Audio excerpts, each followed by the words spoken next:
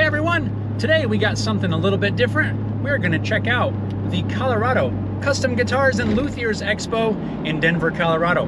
Come on along. Let's go check this out.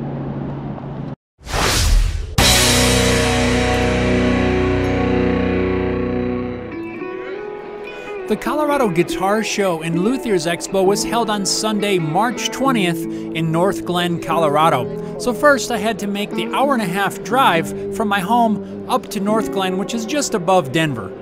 We have arrived at our destination, I think. Where is our destination? Well, let's go check this out. This ought to be really fun. I'm really excited to see what everyone has on display here. After finding a place to park in the extremely crowded parking lot, I made my way to the entrance of the Delta Hotel. Let's see what's in store. This hotel was actually holding two events at the same time, the Luthiers Expo as well as the Vintage Voltage Expo. The Vintage Voltage was really a lot of antique radios and tube amps and things like that. Of course, I had to take a quick look at these just to check out some of the things on display. These were pretty cool, but the real reason I was here was to see the guitars.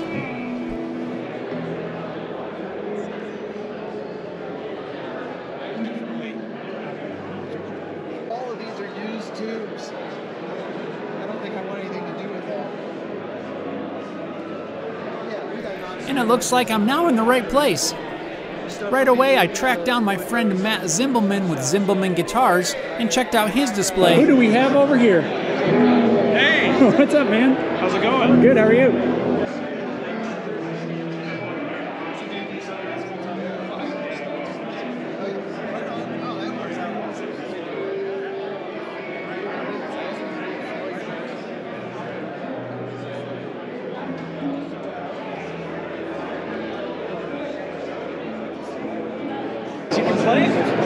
You got a lefty? I'm sorry. Well, I'm wondering how many I'll see here. This display was pretty cool as he had a couple of in-process bodies there just to kind of show some of the process and some of his work. It's kind of neat to see everyone's different approach to building an instrument. At the next table over were these really awesome Resonators. I've always loved Resonators, but this one was especially cool because it has a B-bender built right into the tremolo bar.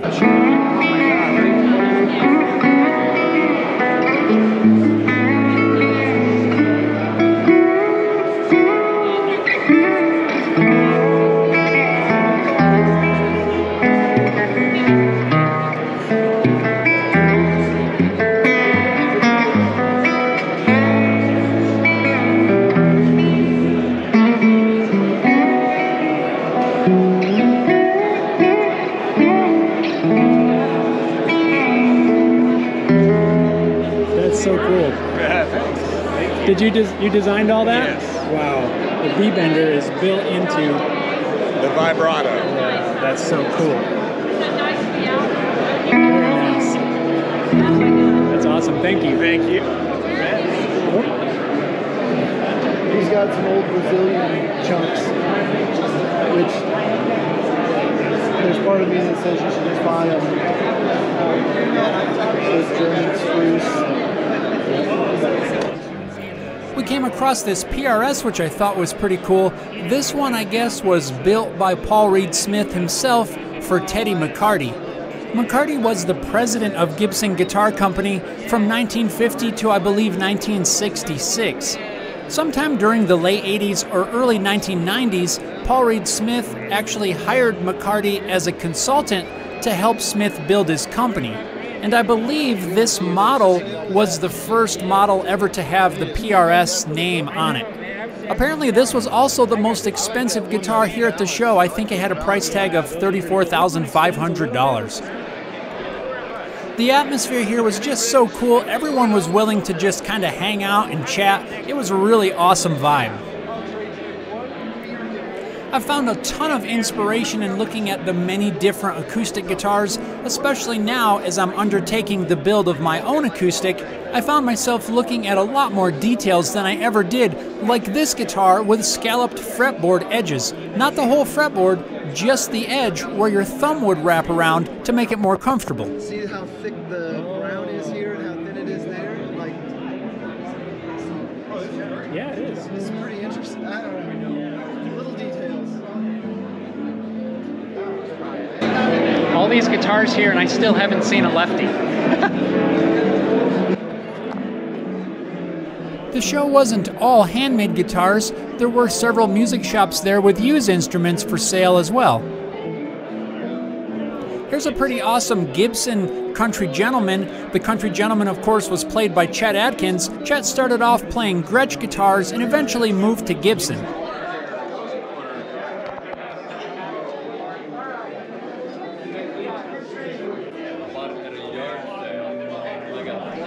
Of course, you gotta check out the Rebirth Guitar Company booth. They always have such killer tops and a lot of awesome colors as well.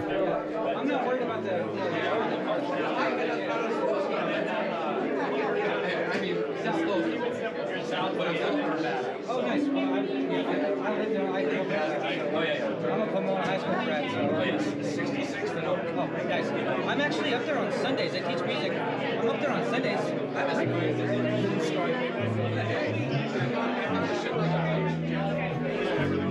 While I was admiring these awesome basses, I hadn't realized that these are made by my buddy Brandon Stroy from NDG Instruments. Brandon is a luthier out of Colorado Springs, and he and I had actually talked several times online through DMs and things. That was one of the cool parts about the show for me, was to be able to meet people and put faces to names.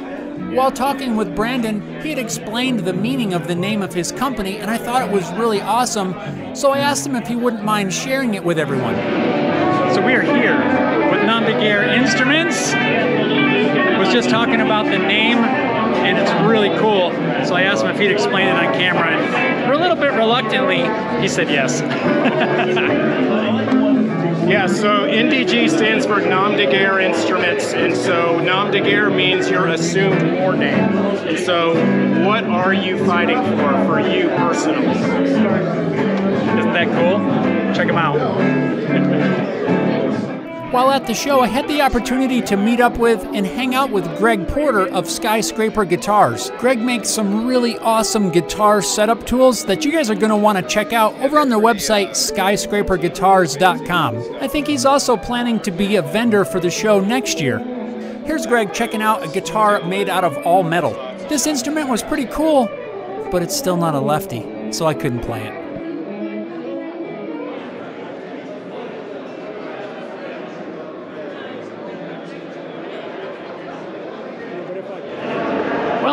As I make my way up the stairs, heading toward the exit, we're going to call that a wrap on the Colorado Custom Guitar Show and Luthiers Expo.